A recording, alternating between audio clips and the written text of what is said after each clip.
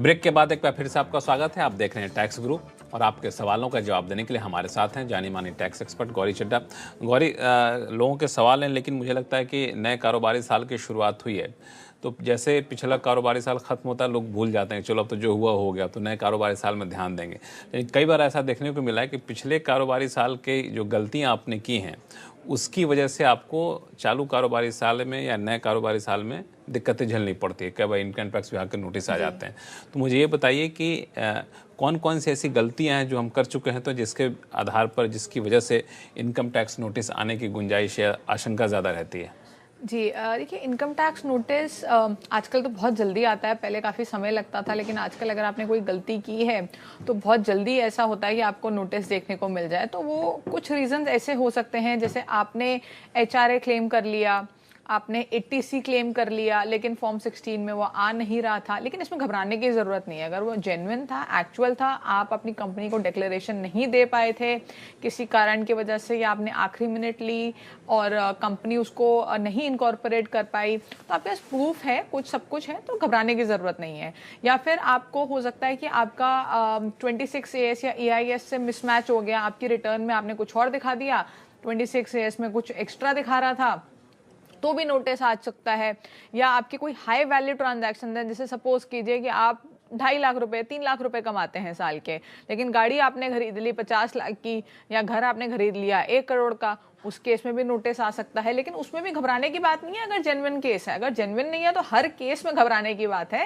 लेकिन अगर जेन्युइन है, सब कुछ, आपकी इनकम उतनी है, आपकी पिछले सालों की इनकम थी, या आपको कहीं से गिफ्ट मिला रिलेटिव से, इनकम टैक्स एक्ट के हिसाब से रिलेटिव से, तो उन चीज़ों में घबराने की ज़रूरत नहीं है। तो ये कुछ चीज़ें हैं जिसकी वजह से नोटिस आ सकता है। या फिर नोटिस इसलिए भी आ सकता है कि आपने रिटर्न ही फाइल नहीं की और आप लायबल थे रिटर्न फाइल करने के लिए, तो भी आपको नोटिस आ सकता है। तो नोटिस आने के रीजंस काफ़ी होते हैं, लेकिन उनको कैसे टैकल करना ही आपको देखना है, और घबराने की ज़रूरत नहीं है। अगर आप सही हैं, जेन्युइन हैं, आपने कोई गलती नहीं की है, तो घबराने की ज़रूरत नहीं है। तो ये सब कुछ वजह हैं जिसकी वजह से नोटिस आने की संभावना बनी रहती है। चलिए अब वापस चलते हैं भुवनेश्वर, जहाँ से डी नंदा साहब हमारे साथ फोन लाइन पर जुड़ चुके हैं। नंदा साहब नमस्कार। नमस्ते जी। नमस्ते जी। और उड़ीसा में क्या हाल है? 7 साल आपका सीएमई से आवाज का अगर सब्सक्राइबर है। एक काम कीजिए, एक हमारा जो बिजनेस टर्नओवर में जो पहले साल 3 करोड़ था, 2 करोड़ हुआ, फिर अभी लेस देन 1 करोड़ हुआ ये साल में, तो कार रेंटल कंपनी का।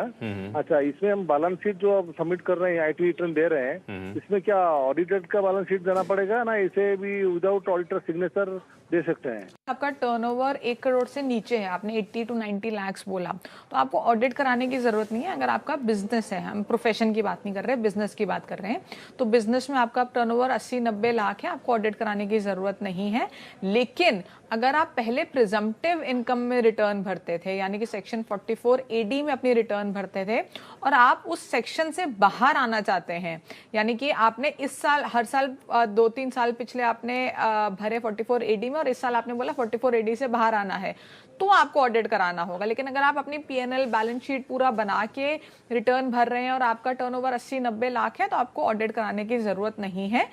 साथ में मैं आपको एक और बात बता दूं, जो ऑडिट की लिमिट है वो काफ़ी ज़्यादा हो चुकी है, अब 10 करोड़ हो चुकी है। अगर आपका जो एक्सपेंस या रिसीट है वो 5% से कम कैश में है, यानी कि कैश रिसीट अगर आपकी बहुत कम है, तो आपका टर्नओवर आप 10 करोड़ तक भी ऑडिट ना कराएं तो आपका काम चल जाएगा। लेकिन मैं मान के चल रही हूँ आपका कैश की डीलिंग होगी, तो आपने 1 करोड़ के ऊपर ऑडिट कराया, लेकिन अगर अब 1 करोड़ के नीचे आ गए हैं तो ऑडिट कराने की कोई ज़रूरत नहीं। चलिए, तो आपको बिल्कुल भी टेंशन लेने की जरूरत नहीं, ऑडिट नहीं भी कराएंगे तो काम आपका चल जाएगा।